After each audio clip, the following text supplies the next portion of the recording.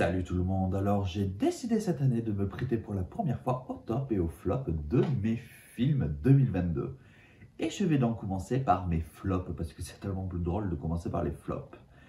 Alors comme d'habitude, pour ceux qui suivent cette chaîne, vous le savez, je ne vais pas voir les blockbusters qui sortent, ou en tout cas tous les blockbusters qui sortent, sous prétexte que c'est des blockbusters. Je me contente d'aller voir les films qui m'intéressent réellement sur le papier, et un peu aussi, on va pas se mentir, parce que le prix de la place de cinéma, c'est cher de nos jours et on fait comme on peut à la fin du mois.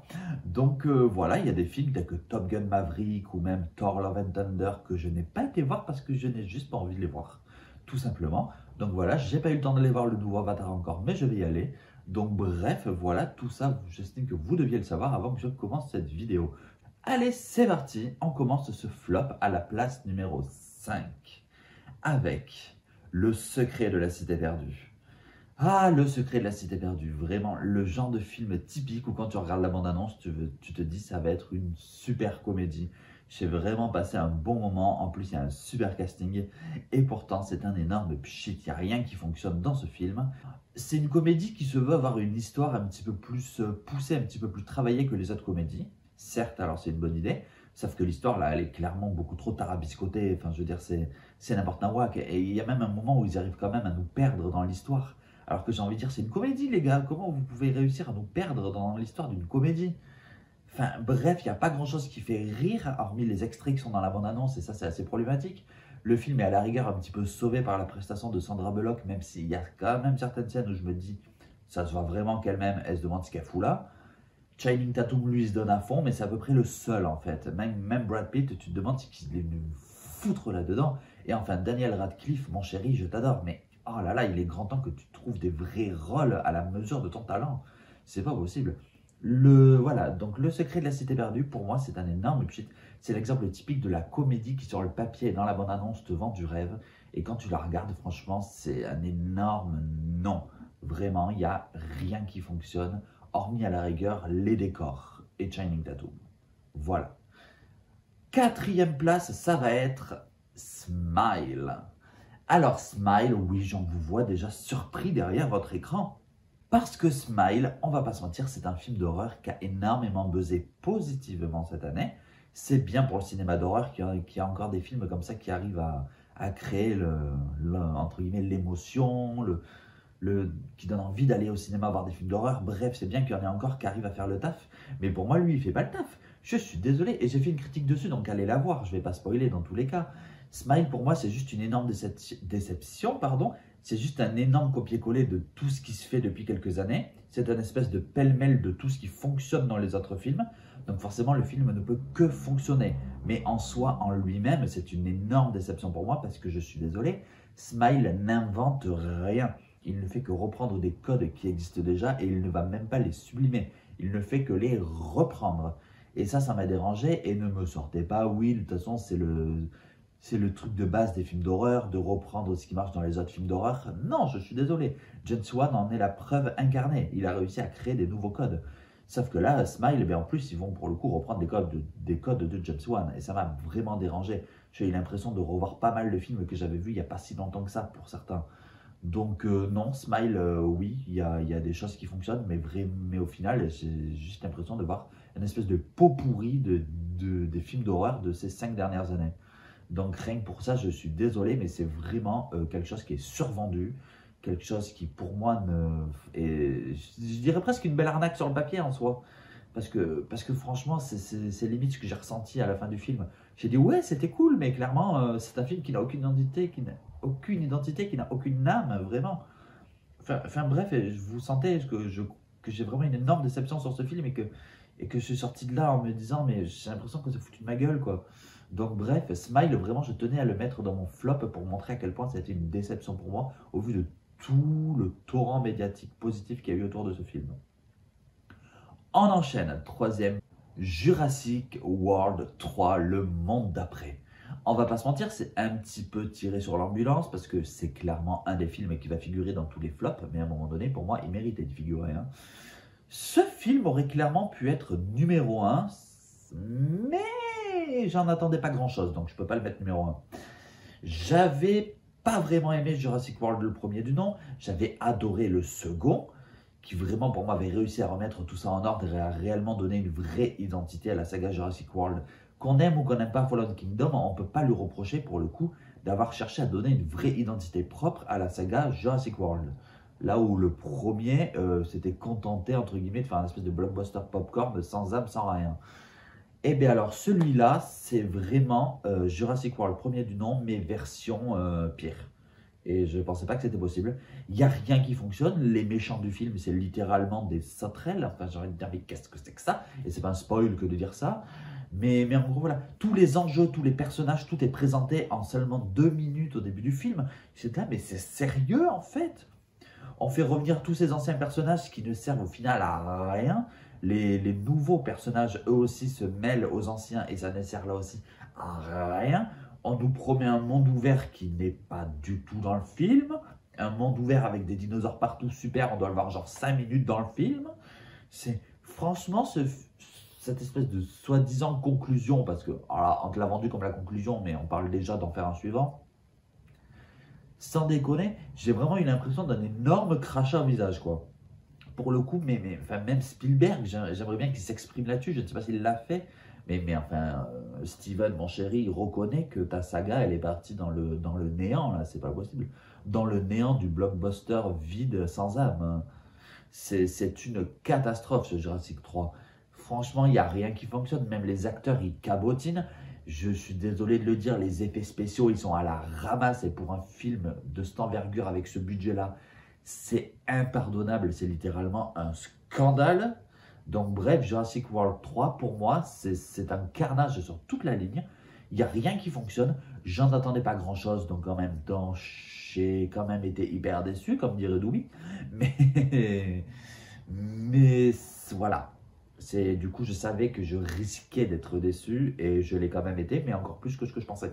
Ce film, pour moi, c'est juste la pire conclusion qu'on pouvait avoir à la saga. Donc, pour le coup, faire un nouveau film, c'est limite pas forcément une mauvaise idée si on met un bon réalisateur derrière. Parce que pour le coup, ben, peut-être qu'un bon réalisateur nous ferait une vraie conclusion digne de ce nom. Spielberg, reviens, je t'en supplie. En deuxième position, ça va être Ticket to Paradise avec Julia Roberts et George Clooney. Alors, vous pouvez peut-être être surpris de retrouver ce film à la deuxième position, mais là, c'est un petit peu le syndrome Le secret de la cité perdue en 15 fois pire. C'est-à-dire que vraiment, mais vraiment, ce film, on nous le vendait comme la petite comédie sympa, qui fait du bien au moral, qui est quand même une bonne comédie à voir au cinéma. Mais je ne comprends pas. D'ailleurs, le film n'a pas bien marché et je ne suis pas surpris. Ce film, c'est littéralement, et j'ai fait une critique dessus aussi, donc je vous invite à aller le voir, c'est littéralement un putain de téléfilm de l'après-midi de TF1. Je veux dire, c'est juste que tu rajoutes Julia Roberts et George Clooney dedans, mais c'est tout. Même eux, il y a vraiment des moments où, avec le recul, mais vraiment, qu'est-ce qu'ils foutent là, quoi? Même eux, mais vraiment. On voit vraiment que les deux, ils s'amusent tous les deux, mais c'est tout. Hein. Enfin, ils ne calculent pas les autres acteurs autour, ça se voit de ouf que c'est vraiment le show de Clooney et Roberts. J'ai envie de te dire, avec un scénario aussi pourri, et franchement, une réale aussi moisie, et ouais, je tire à balles réelles. Je ne suis pas tellement surpris que Julia Roberts et George Clooney s'amusent que tous les deux entre eux pendant 1h30 de film parce qu'ils ont que ça à faire. Donc on voit vraiment que c'est une espèce de délire entre potes et qu'ils ont accepté uniquement pour faire un nouveau film tous les deux ensemble. Que le reste, ils n'en ont rien à carrer. Et heureusement que les deux jouent bien parce que c'est à eux seuls. Enfin, ils évitent le film de passer à ça du naufrage parce que littéralement, je te jure, ce serait pas Robert et Clooney, mais vraiment, ce film, ce serait un naufrage complet sur toute la ligne. Même les décors naturels, je trouve, sont hyper mal exploités. On a des cuts totalement what the fuck. Enfin, bref, rien ne fonctionne là-dedans. Rien ne fonctionne. Même l'humour, elle est nulle. L'humour, elle est pas drôle. C'est pour moi la pire comédie de 2022, mais vraiment. Et qu'est-ce que ça me fait mal de dire ça par rapport au duo d'acteurs qui portent cette comédie. Enfin, je ne sais même pas qui la porte, là, ils font ce qu'ils peuvent, les pauvres. Mais voilà, il n'y a rien qui va dans ce film. Je vous encourage tellement pas à le voir. Et c'est au-delà d'être cousu de fil blanc, c'est même plus des fils blancs, voilà, c'est des fils d'or, quoi. Bref, Ticket to Paradise, une catastrophe sans nom. On va passer au numéro 1, et c'est clairement le moment où je vais pas me faire des amis. numéro 1 de mon flop 2022, ça va être, sans conteste, Nope de Jordan Peele. Alors Nope, on va pas se mentir, c'est un film qui a énormément divisé. C'est où on l'adore ou on le déteste. J'ai vu très peu de personnes me dire ouais c'était pas mal. Moi je déteste, mais littéralement. Déjà, alors pendant ce film, j'ai fait un truc, je ne l'avais jamais fait depuis pouh. C'est-à-dire qu'à un moment donné, j'ai pris mon portable discrètement et j'ai regardé l'heure qu'il était pour voir combien de temps de film il restait. Je l'ai fait 2 fois pendant le film. La dernière fois que j'avais fait ça pour un film, de mémoire, c'était pour La Légende de Beowulf. Le truc bizarre là, qui est sorti dans les années 2000. Et oui, c'est moi le spectateur qui a été voir ce film. Ne cherchez plus, vous l'avez devant vous. Non mais... Mais je ne comprends pas. J'avais beaucoup aimé Get Out malgré quelques petites maladresses. Et Us, pour moi, était un film, un chef-d'œuvre, littéralement. Vraiment. Jordan Peele, pour moi, il s'était révélé avec Us. Mais Nope, je l'attendais avec une impatience assez incroyable. Mais je crois que c'est ça aussi, c'est que j'avais des attentes tellement démesurées sur ce film. Je m'attendais à me prendre une énorme claque comme Us, mais vraiment, mais excusez-moi, mais Nope, ce film, il est vide.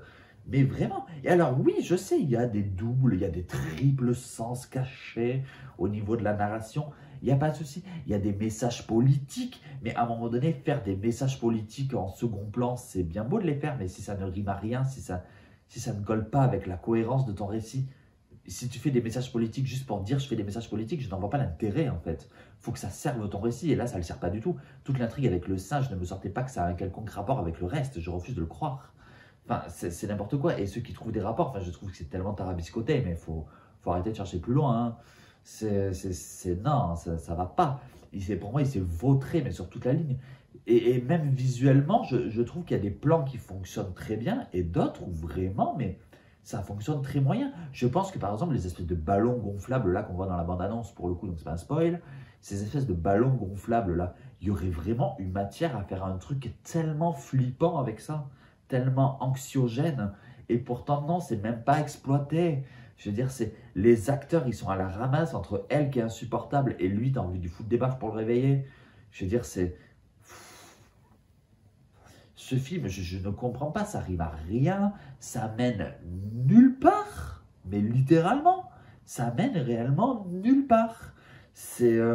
Pour moi, Nope, ouais, c'est un gros non. C'est une déception et je le mets vraiment en première position parce que un film de cette envergure, eh bien, vraiment, ma déception, elle est vraiment à la hauteur de l'envergure autour de ce film, c'est-à-dire monumentale. C'est au-delà de la douche froide, je me suis pris une énorme mandale, mais pas dans le bon sens du terme. Je suis sorti tellement déçu de ma séance, mais tellement. Je me suis ennuyé. Pour moi, ce film, vraiment, mais c'est de bonnes idées qui côtoient le vide abyssal. C'est ça en permanence. C'est ça en permanence. Rajoute des petits messages politiques qui ne riment à rien et ça te donne une espèce de pêle-mêle totalement décousu, totalement what the fuck. Et je sais pas trop ce qu'il a voulu faire, la Jordan Peele, mais clairement, j'ai l'impression qu'après après Us, qui était totalement chef-d'œuvresque, il s'est dit, il faut que je mette la barre encore plus haute. Mais non, chérie, faut pas non plus chercher à repousser ses limites sans cesse, parce que arrive un moment, tu te vautres, et le problème, c'est que pour moi, là, dès ton 3e film, tu t'es vautré. Donc oui, j'irai voir son prochain film, mais pour le coup, j'aurai moins de hype que pour celui-là. Donc voilà, numéro 1, Nope, parce que vraiment, pour moi, c'est... Ah, mais limite, j'avais envie de pleurer, quoi, tellement j'étais déçu, quoi, de pas aimer ce film et même de le détester. Bref, voilà, c'était mon flop 5 2022. Qu'est-ce que tu en as pensé? N'hésite pas à me donner ton avis. Ne m'insulte pas, s'il te plaît. N'hésite pas à liker cette vidéo si tu l'as aimé. N'hésite pas à t'abonner, s'il te plaît. Et enfin, n'hésite pas à critiquer, parce que critiquer, c'est bien. Mais en version originale, c'est tellement mieux. Allez, salut!